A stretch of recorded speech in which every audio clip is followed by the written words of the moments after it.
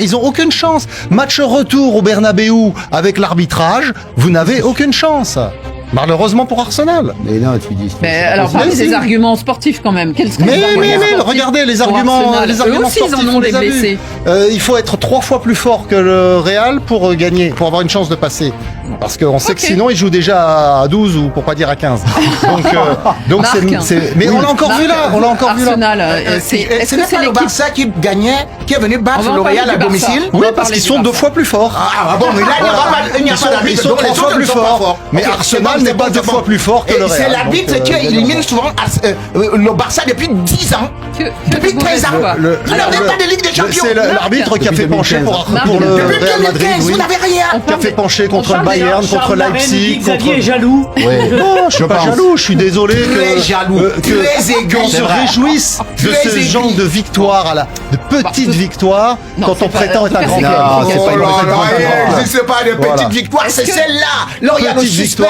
C'est pas parce que tu joues contre Benfica qu'on va sauter au mur. Tu joues contre Atlético, monsieur, et tu gagnes Atlético Madrid. Monsieur, Atlético, c'est pas Benfica. Alors, respecte ce Real-là et surtout, respecte Simeone qui venait de faire 4-4 avec le Barça. Benfica a plus de titres européens que l'Atlético. Mais bon, ça c'est un petit rappel. Marc, est-ce qu'on peut dire que Arsenal est parmi les cadors européens de ces quarts de finale, de ces 8 qualifiés? Par rapport à leur championnat, déjà, en perdant ce week-end, ils ont peut-être décroché par rapport au titre, donc peut-être qu'ils vont se concentrer sur les champions. Pour moi, ils sont un peu trop tendres. Ils sont pas forcément habitués, puisque c'est nouveau pour eux de revenir. Ils finissent deuxième depuis plusieurs années, et deuxième en Angleterre, on sait que c'est... Oui, mais après, il y a la parole et ce qui va se passer en Ligue des Champions, qui est totalement différent. Là, ils ont su faire la différence. Est-ce que l'équipe était très faible? Ils ont su marquer énormément de buts. Est-ce qu'aujourd'hui, ils sont capables de passer? Pour moi, encore une fois, qu'on le veuille ou non, cette équipe du Real Madrid, elle est injouable. Elle est injouable. Vous pouvez faire ce que vous voulez, ils ont l'expérience. Quand il faut vous faire mal, ils vont vous faire mal. L'Atlético peut s'en prendre qu'à eux parce qu'ils doivent faire la différence. Ce qui va me déranger du côté Arsenal, c'est que ça joue très bien. Peut-être sur les derniers instants, allez, depuis la reprise, peut-être que ça joue un petit peu mieux, avec des joueurs peut-être un petit peu plus affûtés. Mais l'expérience, elle reste de l'autre côté. Quand vous voyez Rudiger, quand vous voyez certains joueurs qui sont là, l'expérience si longue, et ils savent vous gêner, vous perturber. Et je pense qu'Arsenal n'est pas armé. Si Arsenal finit deuxième depuis quelques années ou troisième, c'est qu'à un moment donné, il leur manque le chien fou, le joueur qui va être méchant. Arsenal, c'est toujours beau. Arsenal, Real, même quand c'est pas beau, ils peuvent vous faire mal. Et ils ont fait mal encore une fois. Oui. Annie, Joey Slové Bagdé, là, sur le Facebook Live, le seul club capable d'empêcher le Real Madrid d'aller en finale, c'est le PSG. Il pourrait se retrouver déjà. On va y venir au Paris. Là, c'est le duel avec Mbappé. Moi, je voulais parler de l'autre club espagnol qu'on attendait quand même à ce niveau. Alors certes, ça aurait pu être l'Atlético, mais il y a le Barça.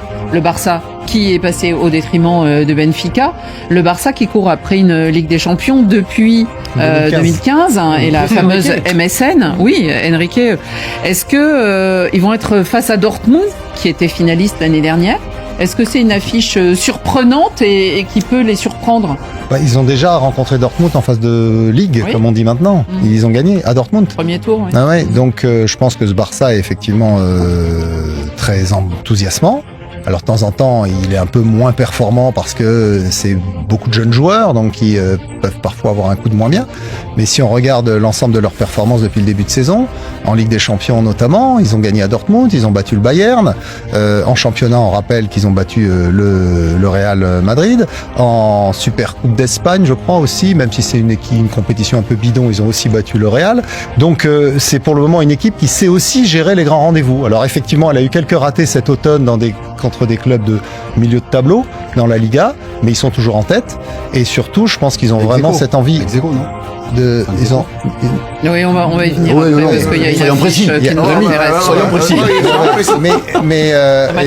Et donc, du coup, je pense que ce Barça-là, oui, il a la faveur du pronostic face à Dortmund. Même si c'est un Barça, on en parlait quand on préparait l'émission, qu'il y a quand même beaucoup de trous d'air en défense, non, Rémi?